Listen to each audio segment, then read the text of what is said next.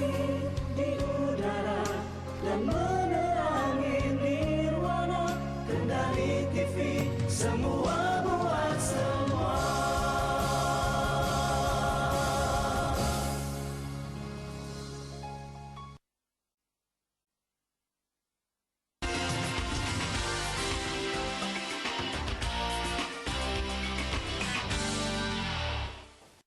Baik, Assalamualaikum warahmatullahi wabarakatuh dan selamat malam pemirsa.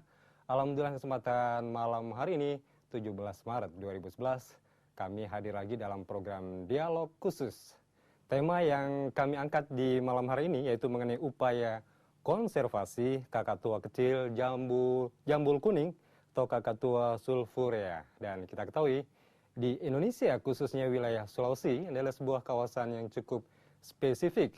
Dari beberapa ratusan pulau di wilayah Indonesia, ini terdapat juga sekitar 400 jenis burung di wilayah Sulawesi ini. Nah, di antara yang 400-an jenis burung tersebut, ada juga di antaranya yang endemik. Nah, ini yang perlu kita ketahui, pemirsa Sobat Alam. Tema yang kita angkat yang berkaitan malam hari ini yaitu upaya konservasi kakatua kecil jambul kuning atau kakatua sulfurea. Itu sebuah atau sejenis burung yang memang terancam punah. Dan ini yang kita coba bicarakan, kita diskusikan malam hari ini. Dan alhamdulillah kesempatan malam hari ini telah hadir bersama saya dari Kakatua Konservasi Indonesia, The Indonesian Parrot Project, yaitu Bapak Dudi Nandika. Selamat malam. Selamat malam. Apa kabar ini Pak Dudi? Baik, baik. Kerasan ya di Sulawesi? Wah, alhamdulillah. Gitu ya, berkaitan dengan penelitian. Iya. Jadi Bapak Dudi Nandika ini, beliau sedang melakukan riset ya di wilayah Sulawesi Tenggara, Pak ya? Betul, betul. Dan di wilayah sekitar Sulawesi dan sekitarnya ini. Sudah berapa lama di wilayah Sulawesi Tenggara ini untuk riset kakatua ini, Pak? Untuk riset untuk kali ini hampir 2 bulan. Iya. Sebelumnya memang udah hampir 3 kali kita kunjungan ke Sulawesi. Untuk periode yang ya sekitar 2 bulanan itu. Jadi sudah 3 kali kan? Sudah 3 kali ya, 2005, 2009, kemudian sekarang 2011. Ya, sebenarnya ada yang cukup menarik ya ini. Karena berkaitan penelitiannya mengenai spesies burung ya, yang terancam kepunahannya ini. Betul. Ini sebenarnya burung kakatua sulfurea ini ada berapa jenis ya? Kenapa juga menjadi terancam punah ini? Iya, ini kakatua kecil jambul kuning atau kakatua sulfurea ini merupakan sebetulnya jenis endemik ya, jenis endemik Indonesia. Cuman karena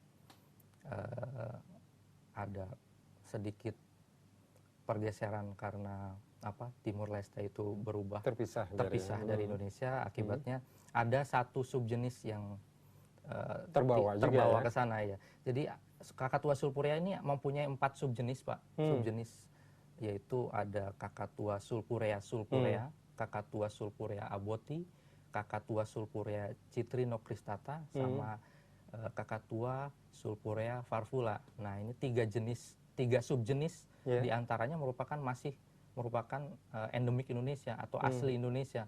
Jadi ini burung tidak dapat dijumpai di belahan dunia manapun. Iya, jadi satu yang punya ciri sendiri ya. Sulawesi berikut dengan pulau-pulau satelit yang ada di sekitar Sulawesi tersebut, yang termasuk ke dalam pulau Sulawesi tersebut. Artinya ada Buton, kemudian ada pulau-pulau lain ya. Betul.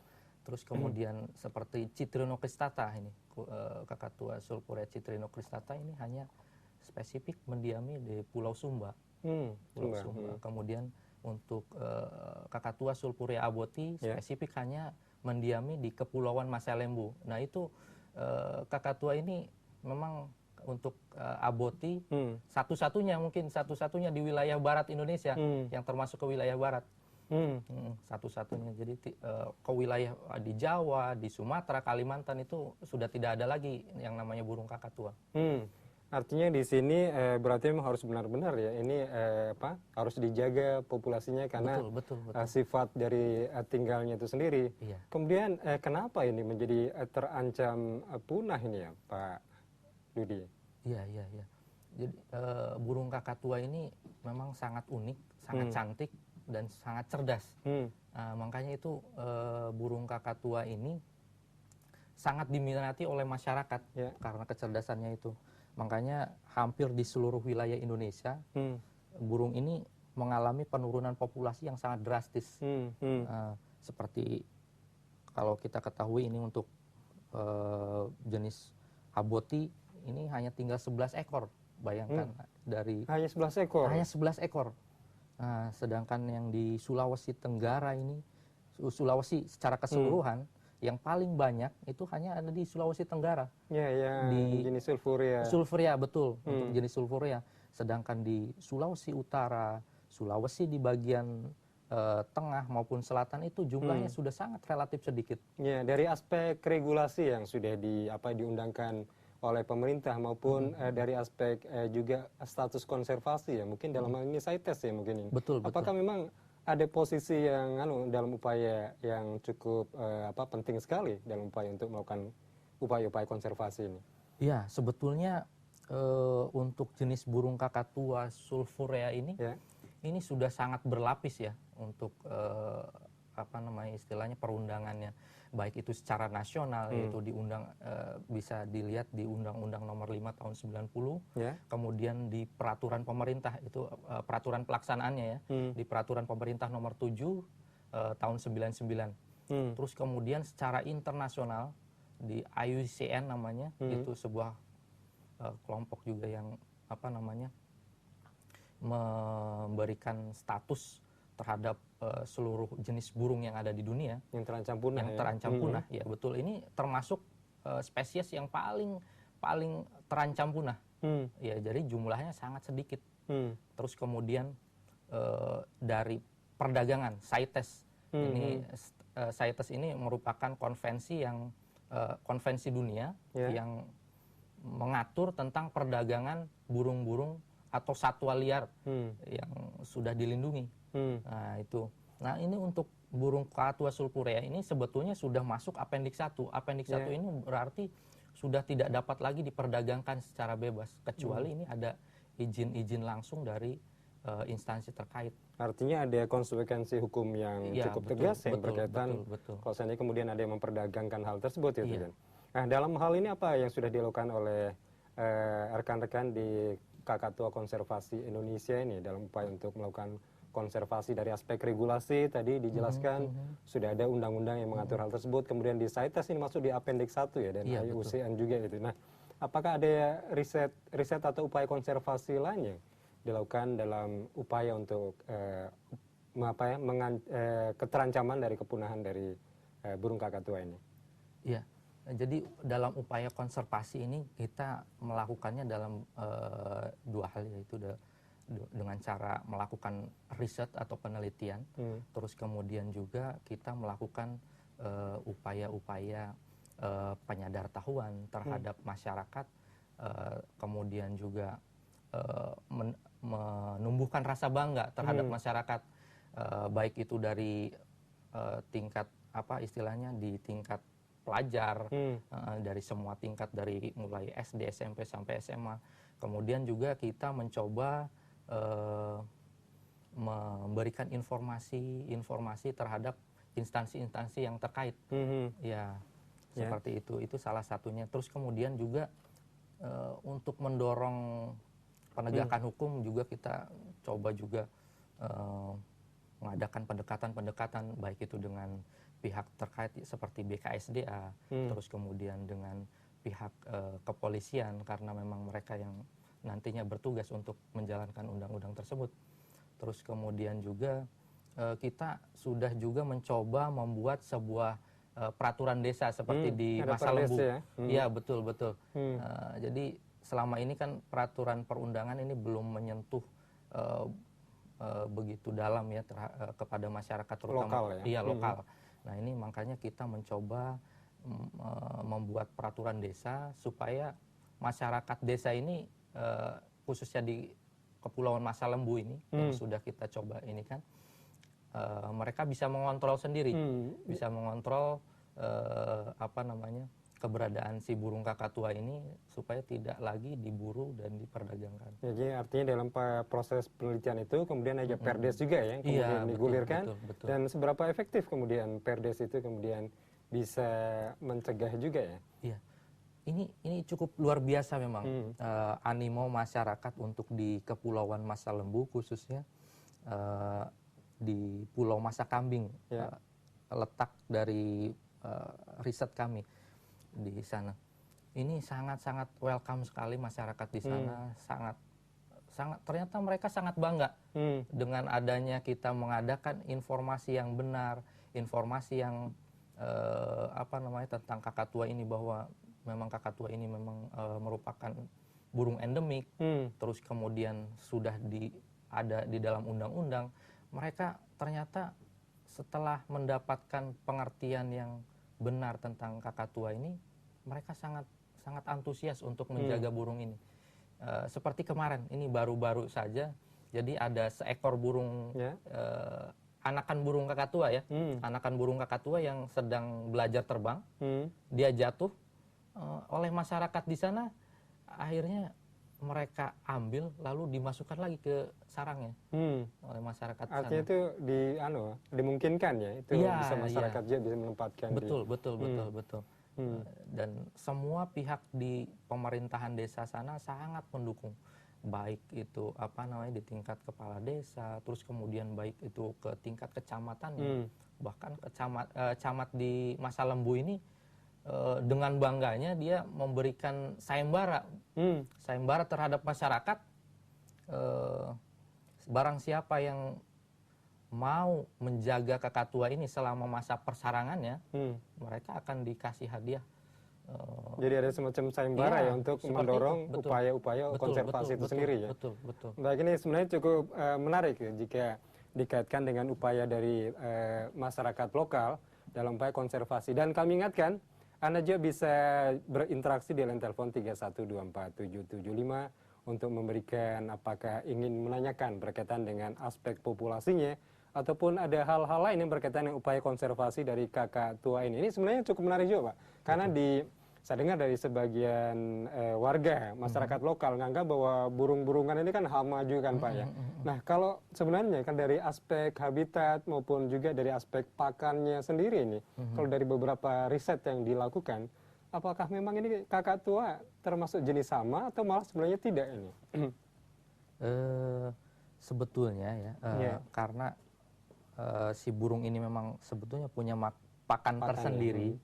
Pakan tersendiri yang disebut hama itu karena memang hutannya itu sudah sedikit banyak terkonversi menjadi lahan pertanian seperti itu. Terus jadi ini artinya di wilayah kita di Sulawesi Tenggara ini burung kakatua ini bukan termasuk kategori yang seperti tadi hama. Iya, seperti kita kan untuk mengadakan riset ini ada di sebuah desa adat yang namanya Hukayalaya. Di sana juga ada beberapa pertanian jagung, tapi menurut informasi masyarakat ini tidak si kakatua ini tidak memakan habis si jagung tersebut karena memang pakan-pakan alaminya di sana masih cukup tersedia banyak. Artinya jagung yang ditanam oleh masyarakat. Iya, ditanam masyarakat itu tidak terganggu gitu artinya. Artinya sepanjang hutan atau ekosistem di sekitar kawasan tersebut masih terjaga. Betul. Ini sebenarnya kakatua ini bukan menjadi hama. Betul. Utama ya. Iya. Tapi ya memang ya seperti kita ketahui bahwa kalau misalnya hutannya terganggu, artinya kan jumlah pakan di sana juga akan berkurang. Jumlah pakan, tempat persarangan itu akan berkurang. Tentu ini sangat berpengaruh terhadap jenis pakan si kakatua itu sendiri. Makanya dia akan mencari pakan-pakan alternatif nantinya. Oh gitu. Seperti itu. Berarti bisa saja kalau seandainya memang sudah terdesak ya. Iya. Kemudian ada kemungkinan juga ini bisa masuk ke kawasan ini juga ya.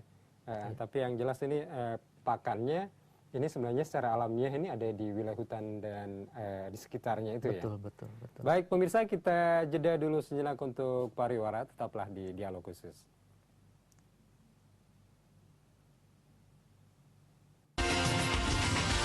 Bersama kami di Dialog Khusus mengenai upaya konservasi kakatua kecil jambul kuning atau kakatua sulfurea, dan masih bersama saya dari Kakatua Konservasi Indonesia, The Indonesian Parrot Project, Bapak Dudi Nandika. Tadi sudah dijelaskan Pak ya mengenai upaya-upaya konservasi yang dilakukan, ada regulasi yang cukup kuat yang berkaitan dengan hal itu, bahwa ternyata Kakatua kecil Jambul Kuning ini masuk di CITES Appendix 1 ya, kemudian ada regulasi-regulasi di undang-undang kita juga sebenarnya memperkuat itu, dan malah di masa lembu ini ada perdes ya, dalam upaya untuk melakukan konservasi itu sendiri. Sebenarnya cukup menarik. Nah, kalau dari riset-riset yang dilakukan di wilayah Sulawesi Tenggara ini, apakah sebenarnya sudah ada juga upaya untuk ada semacam aturan-aturan desa juga yang untuk mengikat masyarakat yang setidaknya bisa membantu meminimalisir ini?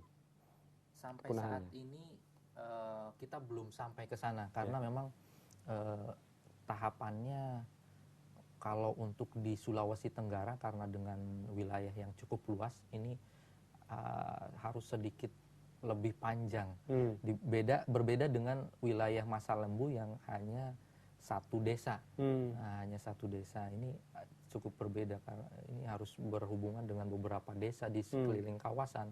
Kemudian kita harus berhubungan juga dengan pemerintah daerah, kemudian dengan pihak Taman Nasional, seperti itu. Makanya ini untuk di Sulawesi Tenggara ini belum sampai belum ada koordinasi dengan kesana. Kita baru mencapai kita coba sosialisasi kepada masyarakat, terutama di wilayah sekitar kawasan, terus kemudian di tingkat sekolah. Nah ini baru itu yang kita lakukan untuk di Sulawesi Tenggara. Kedepan kita juga berharap itu bisa diterapkan untuk di Sulawesi Tenggara. Tapi dalam hal ini apa cukup antusias itu masyarakat lokal dalam ini pemerintah desanya? Mungkin juga sudah ada upaya-upaya dengan Taman Nasional atau juga dinas terkait berkaitan dengan hal ini, Pak? Betul.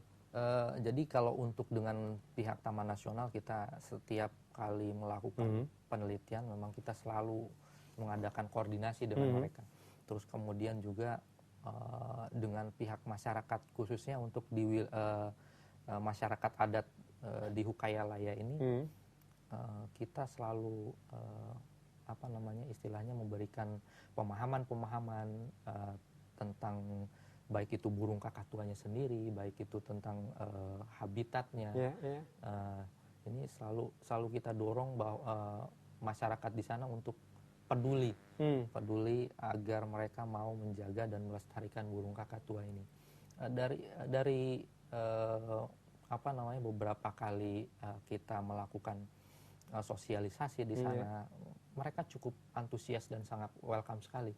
Dan mereka sangat bangga bahwa mereka itu memiliki jenis-jenis burung yang hanya terdapat di wilayah mereka sendiri. Jadi tidak dapat ditemukan di wilayah lain. Di wilayah lain baik itu di Indonesia sendiri maupun di wilayah manapun di belahan dunia manapun gitu. Iya, selain di Hukayalaya sendiri, kalau di Sulawesi Tenggara ini di mana juga ini riset yang dilakukan? Kita sudah coba melakukan survei di beberapa lokasi, itu di wilayah Buton. Di wilayah Buton itu di Suakamaga Satwa Cagar Alam Kakinawe, terus kemudian juga di Pulau Kadatua. Di Pulau Kadatua. Apakah ada perbedaan spesifik dari spesies endemik ini?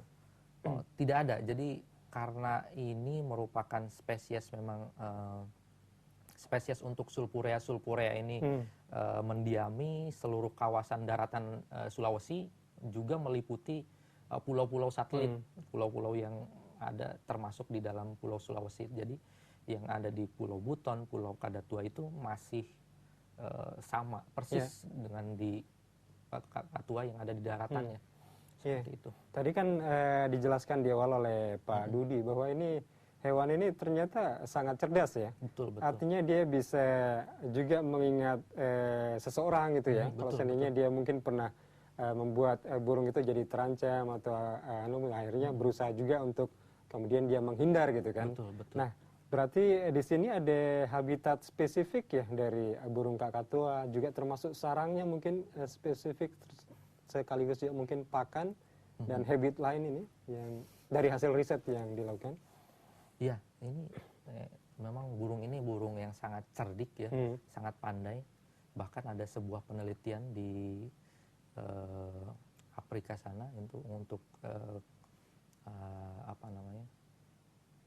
kakatua grey parrot, untuk grey parrot Afrika itu kecerdasan dari burung itu hampir menyamai kecerdasan anak yang usianya antara 3 sampai 4 tahun.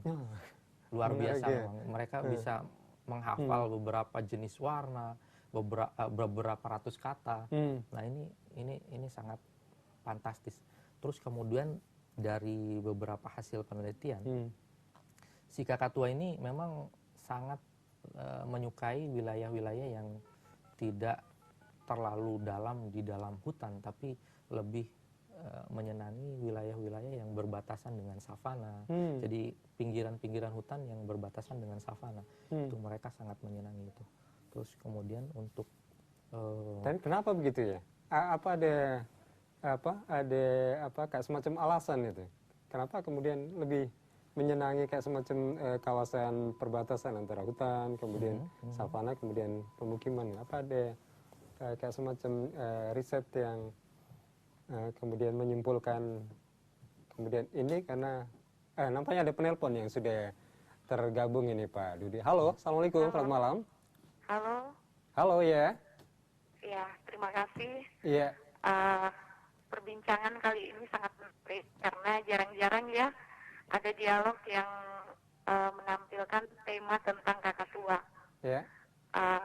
Saya ingin menanyakan kepada narasumber, kenapa memilih Taman Nasional atau di Sulawesi Tenggara sebagai tempat penelitiannya? Karena mungkin di tempat lain mungkin masih banyak yang menjadi tempat-tempat penelitian yang lain. Dan kita tahu saat ini burung kakatua semakin langka dan jarang sekali ditemukan, itu pun ditemukan di tempat-tempat tertentu. Yang menjadi pertanyaan saya, apa upaya-upaya atau langkah-langkah yang dilakukan untuk melestarikan kakatua? Terima kasih. Baik, terima kasih Ibu Dewi di Lepo-Lepo. Ini sebenarnya pertanyaan yang juga tadi ingin melintas sama saya. Kenapa kemudian penelitian ini dilakukan di wilayah Taman Nasional Rawa-Opa Watumohai? Apakah memang ini penelitian lanjutan atau memang di sini habitatnya dari kakatua kecil jambul kuning ini? Iya, pertama memang ini sebuah penelitian lanjutan. Yang kedua memang dari hasil beberapa riset sebelumnya, memang kakatua ini dari spesies yang umum, spesies umum ini mendiami hampir seluruh kawasan Sulawesi, tapi sekarang terbatas hanya di beberapa lokasi saja. Jadi di beberapa lokasi sudah punah artinya. Ya. Nah, ini yang teridentifikasi untuk di Sulawesi Tenggara yang masih didiami oleh kakatua adalah di kawasan Taman Nasional Rawa-Opa Watumohai. Itu pun tidak secara keseluruhan Taman Nasional, tapi hanya di wilayah selatan. Jadi di wilayah utara atau di Rawa-Opa itu berdasarkan informasi dari masyarakat, kita juga sempat mengadakan wawancara dengan beberapa masyarakat di wilayah Aopa. Sejak kakatua ini sudah hilang sejak tahun 70-an, 60-70-an dari wilayah Aopa. Artinya ini sudah cukup lama ya, ini betul. spesies ini sudah hengkang dari kawasan tersebut itu. Betul. Jadi ini lebih cenderung mengarah ke ada di wilayah selatan ya dari Taman Nasional Rawa-Opa Watumohai. Apakah karena memang di situ ada padang savana yang cukup luas seperti yang disebutkan menjadi salah satu habitat yang ideal untuk kakatua jambul kuning ini, Pak Dudi? Iya. Jadi kita tahan dulu, ada penelpon lagi yang nampaknya tersambung. Halo. Halo, selamat malam. Selamat malam, dengan Pak siapa di mana Pak? Dengan Pak Made. Pak Made di Bungguea ya? Ya, silakan Pak Made. Saya tertarik sekali dengan kakatua ini Pak. Iya. Kalau tidak ada upaya yang tegas dari pemerintah, kalau memang burung ini dilindungi, orang-orang yang memelihara itu harus Pak, diamankan burungnya, dilepas ke alam. Ya. Karena itu burung dilindungi, tidak ada boleh yang memelihara di rumah itu. Ya. Sepanjang itu tidak tegas atau sweeping itu kakatua itu akan punah Pak. Ya. Akan punah dan bila perlu ada penangkaran. Budidaya Jangankan ya. kakatua Pak, jangankan kakatua, anoang, jonga itu harus ditangkar itu Pak. Ya, iya. Yang seperti di PPA sana. Nah, kalau saya lewat itu hanya alang-alang Pak. Jongaknya tidak tahu di mana. Dulu itu jinak sekali. Pak Made, Ya. Pak Made sendiri pernah lihat ini burung kakatua jambul kuning? Enggak pernah Pak. Nggak pernah ya? Ya. Di Bunggaya nggak ada ya? Hanya nama Pak. Oh, namanya saja. Ya. Baik, itu Ya. saja Pak Made. Ya, makasih. Baik Pak Made di Bunggaya. Ini melanjutkan lagi nih dulu dari Ibu Dewi di Lepo-Lepo tadi. Ini upaya yang dilakukan untuk upaya konservasi ini sendiri ini apa yang dia sudah dilakukan oleh teman-teman di Kakatua Konservasi Indonesia? Seperti dijelaskan tadi bahwa untuk di Sulawesi Tenggara ini kita baru melakukan riset-riset untuk memperdalam seperti apa sih kehidupannya mereka, terus kemudian jenis pakannya seperti apa. Nah itu sangat penting sekali untuk nanti ke depan untuk tadi kayak penangkaran atau untuk melakukan pelepas liaran kembali itu harus tahu seperti apa mereka kehidupannya. Tapi Pak Dudi ini sebenarnya ini penangkaran sendiri ini apakah memang bisa ini dilakukan terhadap burung kakatua ini? Memang kalau apa pernah dilakukan juga ini? Kalau dibilang bisa, mungkin bisa. Cuman sampai saat ini untuk kakatua itu belum ada yang berhasil. Artinya belum pernah ada kerjasama dengan mungkin kayak semacam zoo atau kebun binatang atau mungkin sudah ada sebetulnya untuk di beberapa kebun binatang mereka yang memelihara si burung kakatua ini, terus kemudian bahkan di LIPI sendiri mereka mencoba mengembangbiakan ini. Cuman permasalahannya si burung kakatua ini merupakan burung yang monogami. Strong monogami itu burung yang hanya memiliki satu pasangan seumur hidupnya. Cinta sekali dengan pasangannya ya. Sangat setia. Nah, ini bisa dijadikan contoh ini. Betul. Artinya cukup menarik juga ya. Ternyata monogami dan strong monogami. Strong monogami. Dan inilah juga yang kemudian menjadi salah satu juga alasan kenapa juga keterancaman kepunahan karena faktor genetis itu ya. Betul. Nah ini makanya setiap adanya penangkapan, terus kemudian penangkapan itu hanya mengambil satu jantan atau betinanya saja yang sudah berpasangan, itu pasangan yang lainnya itu tidak akan melakukan kawin lagi, karena memang mereka sangat setia, yaitu karena strong monogami itu. Dan ini juga yang kemudian mempengaruhi itu ya, populasinya ini sendiri. Betul. Nah tadi ada pertanyaan juga dari Pak Made mengenai tindakan tegas. Tadi kayaknya Pak Made upayakan ini pemerintah juga harus tegas ini. Apakah memang ada upaya-upaya spesifik yang dilakukan supaya memang ada hukuman yang dari selain juga aspek yang berkaitan regulasi sendiri itu Pak ya. Karena kan tadi disampaikan tidak boleh ada yang menyimpan ini. Iya. Ya, untuk ada sanksi yang cukup tegas ya untuk yang memelihara. Iya, sebetulnya di dalam Undang-Undang Nomor 5 tahun 90 itu sudah sangat tegas ya. Sudah sangat tegas itu sanksinya untuk yang menyimpan baik itu dalam keadaan hidup maupun mati, terus kemudian maupun bagian-bagian dari burung kakatua tersebut itu akan dikenakan sanksi pidana 5 tahun penjara dan denda 100 juta rupiah. Sebetulnya itu sudah sangat tegas, cuman memang pelaksanaannya memang masih cukup lemah di Indonesia sampai saat ini. Artinya selama ini belum pernah ada ya sampai kemudian. Betul, belum sampai ke sana biasanya. Iya, artinya ini masih lebih kepada ya Perdes itu yang mudah-mudahan juga bisa melokalisir betul. Jangan sampai kemudian ada upaya untuk melakukan perdagangan ya.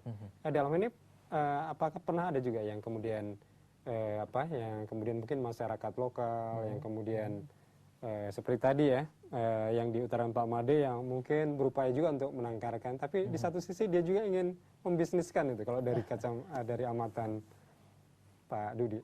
Iya, kalau untuk dari masyarakat sendiri saya belum pernah melihat ya untuk penangkaran seperti ini. Cuman memang kalau untuk burung ini cukup sulit untuk ditangkarkan, cukup sulit karena tadi faktor monogami tersebut.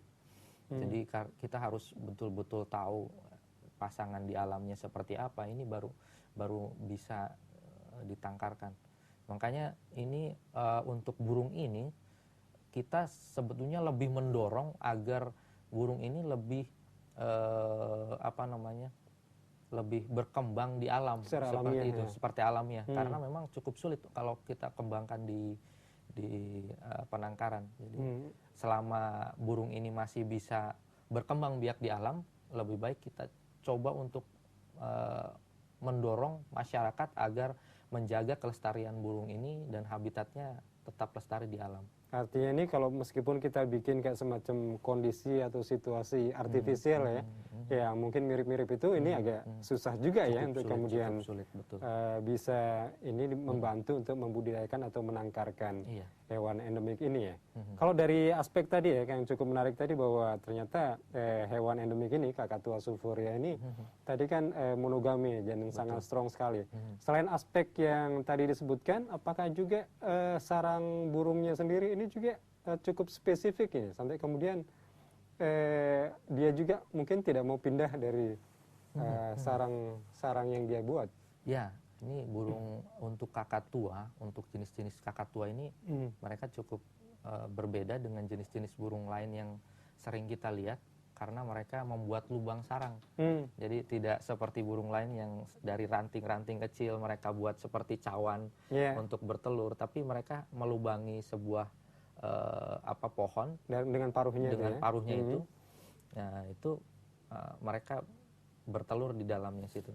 Jadi si sarangnya ini berasal dari patahan ranting yang sudah patah, yang sudah agak membusuk. Nah, itu mereka gali, atau dari celah pohon.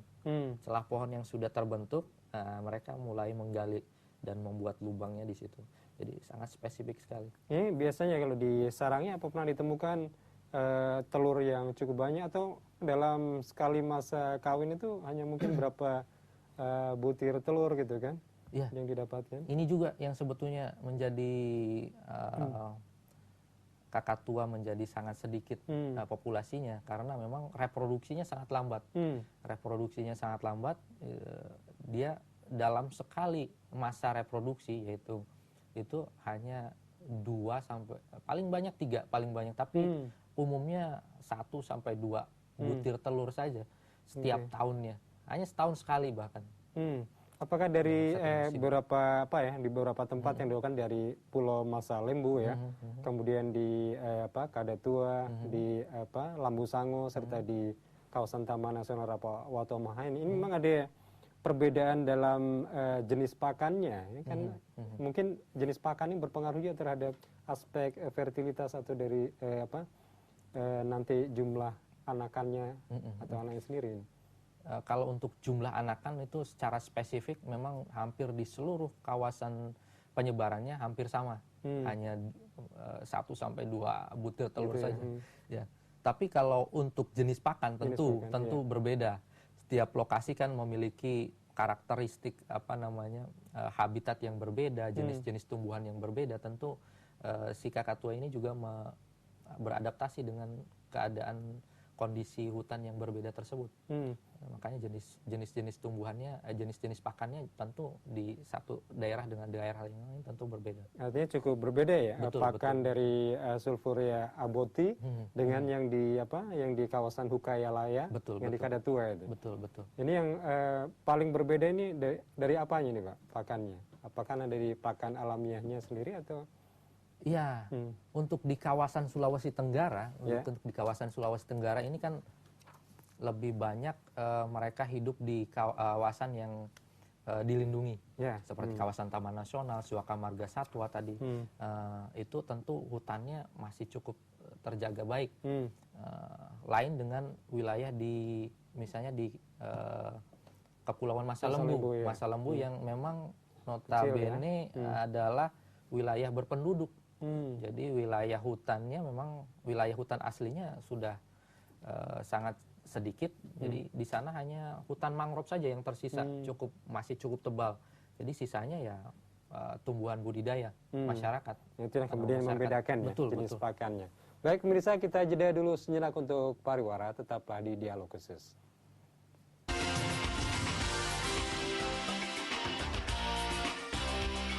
Di Dialog Khusus, tema yang kami angkat mengenai upaya konservasi kakatua kecil jambul kuning, Kakatua sulfurea. Dan masih bersama saya dari Kakatua Konservasi Indonesia, The Indonesian Parrot Project, Bapak Dudi Nandika. Dan pemirsa, masih ada kesempatan di segmen terakhir ini di 3124775 Anda bisa menanyakan hal apa saja yang berkaitan dengan tema kita malam hari ini. Pak Dudi, ini kan kita ketahui ada beberapa lokasi yang dilakukan riset ya. Dan tentu saja kan di situ pasti ada aspek-aspek yang berkaitan dengan ancaman ya. Ancaman berkaitan dengan populasinya ini yang semakin menurun ini sendiri ya. Kakatua jambul kuning. Kalau di beberapa lokasi itu faktor-faktor apa saja yang menjadi pengancam dari jadi ancaman ya dari populasi ini? Ya, jadi selain tadi penangkapan yang cukup tinggi untuk burung kakatua ini, tentunya ancaman yang cukup besar lainnya adalah ancaman terhadap habitat. Penyusutan luas habitat yang cukup drastis hampir di seluruh wilayah Indonesia ini salah satu ancaman bagi burung kakatua. Kenapa? Karena memang mereka akan berkurang jenis-jenis pakannya tentunya. Terus kemudian kakatua juga yang sangat tergantung terhadap pohon-pohon besar untuk dia bersarang. Itu tentunya dengan adanya penyusutan lahan, tentunya illegal logging, terus kemudian dan semacamnya itu akan mengurangi juga pohon-pohon sarang selain pohon pakan tadi. Artinya perambahan liar ya, perambahan liar, illegal logging. Terus kemudian juga mungkin isu yang di Bombana ini yang cukup menarik adalah isu tambang ya. Kawasan tambang, betul. Kawasan tambang ini juga lama-kelamaan cukup bisa mengancam juga terhadap keberlangsungan si kakatua. Ya, artinya kalau semakin lama semakin masuk ke dalam dan masuk di kawasan-kawasan yang disukai oleh habitat kakatua seperti yang tadi disebutkan savana ya. Ini juga bisa berdampak terhadap populasi dari burung kakatua ini sendiri ya. Betul. Ya, apakah sejauh ini kawasan Taman Nasional yang kita anggap sebagai benteng terakhir ya, ini bisa menjamin keterancaman kepunahan dari burung kakatua kecil jambul kuning ini nih, kalau menurut amatan dari Pak Dudi? Ya, sebetulnya sampai saat ini yang kita lihat ya sebetulnya kawasan lindung ini belum menjamin terhadap kelestarian si burung kakatua. Walaupun ini sebuah usaha yang cukup baik ya dari pemerintah untuk menjaga sebuah kelestarian baik itu flora maupun fauna yang ada di dalamnya. Tapi ini tentunya perlu lebih ditingkatkan lagi bagaimana peranan masyarakat supaya mereka mengetahui dan paham terhadap keberadaan satwa liar yang dilindungi. Ya, kalau kita lihat ini di televisi ini kita lihat ada di kelapa, kemudian ada juga di vegetasi alamiah ya. Ini kayaknya di kapuk ini, pohon kapuk ya. Betul Pak. Randu gitu ya. Ini untuk di wilayah Masalembu ini memang wilayahnya karena memang sudah wilayah penduduk, jadi sebagian besar mereka jenis pakannya ini tergantung terhadap makanan budidaya masyarakat. Selain mereka masih tergantung juga makanan aslinya yaitu di beberapa jenis tumbuhan mangrove. Ya, estimasi populasi kalau di kawasan Masalembu ini sendiri sekitar berapa ekor ini sisa terakhir yang di? Ini untuk subspesies aboti ini sangat menyedihkan sekali. Ini hanya tinggal 11 ekor, Pak. Tinggal 11 ekor. Tinggal 11 ekor. Dan di seluruh dunia tinggal itu ya? Iya, hanya di Pulau Masalembu saja. Jadi di tempat lain untuk subspesies aboti ini hanya di Kepulauan Masalembu. Ya. Iya, ini kalau kita perhatikan ya, sampai Iya, ada di atas pohon pisang gitu Iya, kan. betul, betul. Ada di pohon-pohon ini ya, karena memang sudah sangat sulit ya mencari habitat alamiah ya, Betul, seperti betul, hutan betul. di wilayah Sulawesi Tenggara ini. Nah, ini yang membedakan lagi dengan jenis burung subspesies yang di Sulawesi ini, Ya. atau untuk sulfurea. Ini Kalau ini jenis aboti ya. aboti, betul, jenis aboti ini. Yang membedakan apanya nih Pak Dudi? Ini dari ukurannya lebih besar. Lebih besar yang aboti ini. Aboti ini lebih besar. Hanya ya memang tidak terlalu besar sih, hanya sekitar 3 sampai 5 cm saja perbedaannya. Terus kemudian juga dari warna di bagian pipi. Nah, untuk jenis aboti ini tidak ada. Kalau di tidak ada warna kuning. Tidak ada warna kuning ya. Kalau Tidak yang ada. Untuk di Sulawesi itu memiliki warna kuning yang sangat terang. Iya. Kalau ini yang kita lihat ini? Nah, ini salah satu yang cukup menarik. Kita ini juga kejadian langka ini ya. Iya, kejadian langka ini, mengamati kakatua yang sedang melakukan perkawinan. Iya. Iya. Jadi ini nampak melakukan perkawinan. Jadi ini proses awal dari mereka melakukan kopulasi. Proses awalnya itu mereka biasanya membersihkan bulu, saling membersihkan bulu. Membersihkan bulu bagian di jambul, kemudian di bagian yang lain. Terus kemudian yang lebih spesifik adalah di bagian ekor. Bagaimana membedakan antara spesies jantan sama betina ini kalau burung kakatua ini? Ini memang agak sedikit sulit ya kalau untuk masyarakat awam mungkin, karena ini agak untuk membedakannya dari iris mata.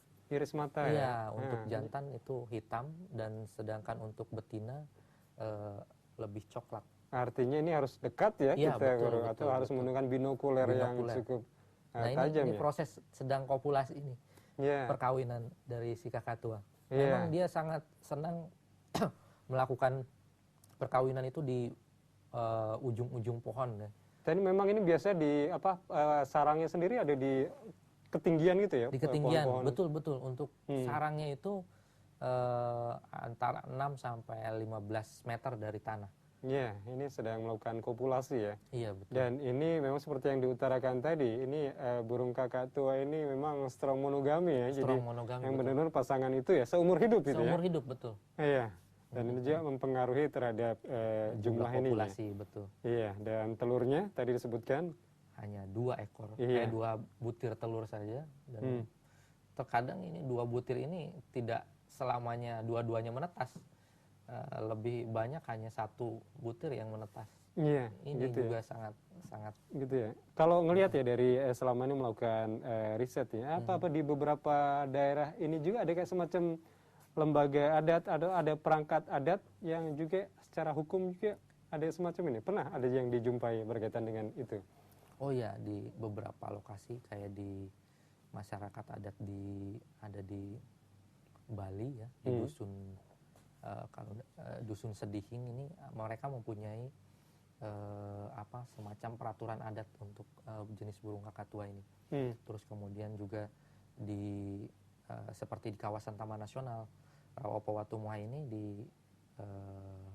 desa adat di Hukayalaya, mereka sebetulnya memiliki peraturan adat untuk melindungi satwa liar yang ada di sana. Jadi mereka sebetulnya mereka tidak sembarangan untuk menangkap atau apa. Mereka punya peraturannya sendiri. Artinya sudah kearifan lokal, betul. Ya, artinya saudara kita di sana sebenarnya sudah punya kearifan lokal sendiri ya, untuk melakukan penyadartahuan berkaitan dengan ini. Tapi nampaknya kita ada di waktu terakhir, mungkin ada himbauan-himbauan yang mungkin bisa disampaikan berkaitan dengan upaya konservasi kakatua kecil jambul kuning ini, Pak Dudi. Ya kita mengharapkan kepada seluruh masyarakat dimanapun berada, khususnya di Sulawesi Tenggara ini. Jadi marilah kita sama-sama menjaga aset bangsa ini, aset bangsa, karena memang burung ini burung yang endemik, hanya ditemukan di Indonesia saja, tidak khususnya di Sulawesi. Khususnya di Sulawesi ini. Terus kemudian juga penegakan hukum yang lebih tegas terhadap pelanggaran-pelanggaran terhadap penangkapan burung, terutama yang sudah dilindungi oleh undang-undang, ini diharapkan pada pihak-pihak yang terkait agar lebih tegas lagi. Terus kemudian juga marilah semuanya kita saling menjaga dan melestarikan kawasan lindung yang ada di Sulawesi Tenggara khususnya, agar kelestarian dari satwa liar yang ada di Indonesia ini tetap terjaga. Kalau terakhir ini, ini sekitar berapa ini jumlah populasi? Kalau tadi disebutkan kalau di Pulau Masa Kambing ya, Masa Kambing, Masa Lembu itu tadi tinggal 11 ekor ya. Betul. Kalau di wilayah di kawasan Hukaya Lakai atau di Taman Nasional itu estimasinya sekitar berapa ekor ini Pak? Kalau di Kadatuan, di Lambu Sango juga.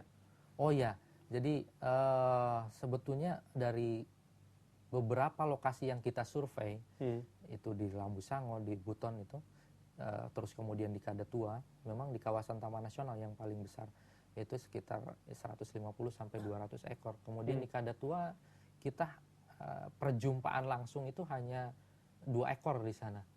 Mungkin kita memang belum melakukan penelitian secara kontinu untuk di sana, tidak seperti di kawasan Taman Nasional. Untuk seperti di Lambu Sango juga, selama kita melakukan penelitian di sana, kita sama sekali tidak menemukan baik itu suara maupun si burungnya sendiri sudah kita tidak bisa melihat lagi. Padahal dari catatan tahun 1997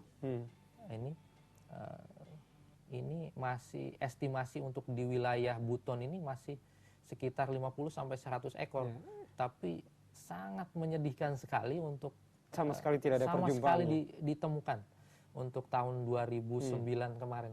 Mudah-mudahan ini generasi ke depan masih bisa melihat ya, bukan cuma melihat dari DVD saja. Betul, Pak. Betul. Mudah-mudahan jangan sampai jadi sejarah gitu. Jadi burung ini tetap lestari, menjadi kebanggaan bangsa Indonesia. Iya, karena bagian dari kita semua ya Pak, menjaga keseimbangan dari alam ini. Betul. Baik, terima kasih banyak Pak Dudi Nandika dari Konservasi Kakatua Indonesia, The Indonesian Parrot Project, dan saya Maruf Hasudin. Mudah-mudahan terima kasih banyak juga buat para penelpon yang sudah tergabung, buat Ibu Dewi di Lepo-Lepo serta Pak Made di Bunggoya. Mudah-mudahan bermanfaat perbincangan kita malam hari ini tentang upaya konservasi kakatua kecil, jambul kuning atau kakatua sulfurea. Assalamualaikum warahmatullahi wabarakatuh dan salam lestari.